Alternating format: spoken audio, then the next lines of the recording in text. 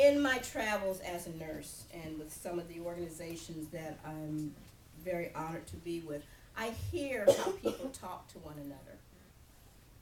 I hear how people talk to one another, even within the church setting.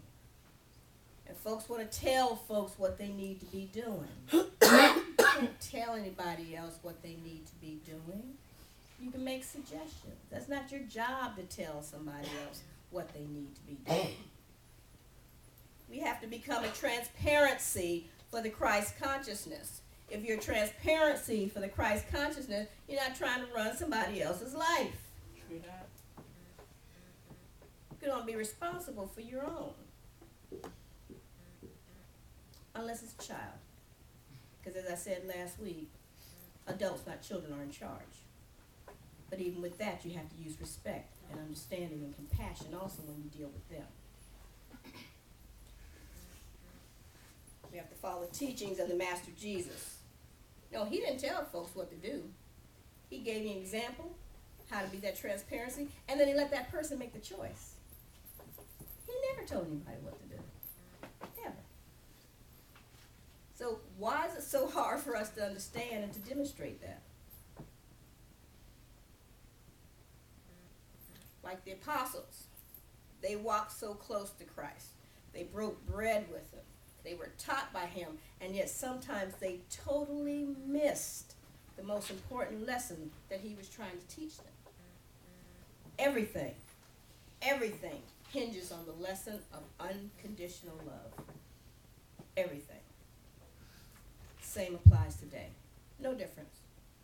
2,000 years later, it's the same lesson. Unconditional love. It's not about what I can do for myself. It's not a me thing. It's what can I do for another? How can I be of service to another? Proverbs 4:23 tells us, keep thy heart with all diligence, for out of it are all the issues of life. That came way after Queen Mott stuff came. Okay? So that's an eternal truth. We talk about the principles, those immutable laws of God, the things that don't change. That's one of them. Things that don't change.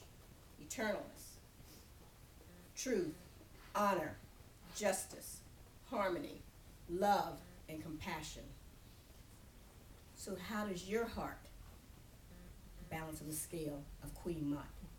Honestly, how does it balance?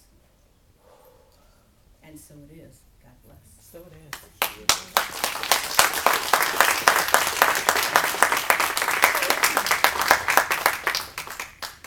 You have to be able to look at yourself honestly and say, am I doing what I need to be doing?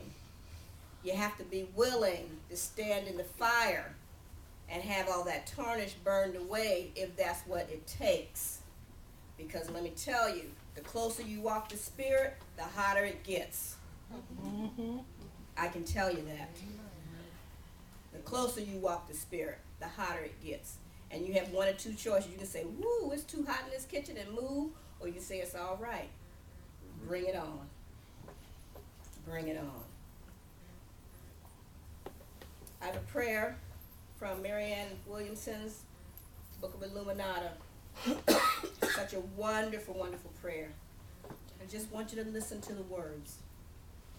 Dear God, please bring us big life, big love, deep life, and deep love. We wish to show up now with pure and noble hearts that we might midwife the perfection in each other.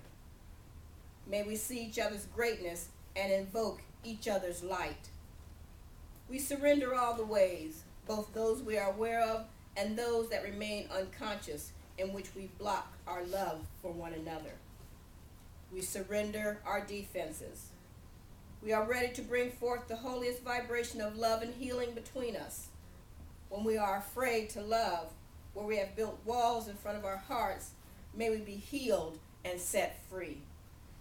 Where we are needy or do not know how to behave or tend to control or to judge or to fix or to be dishonest, please, dear God, show us another way. We surrender ourselves to love.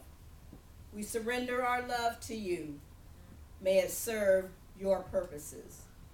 May it receive your blessing and carry your power. May we never forsake each other.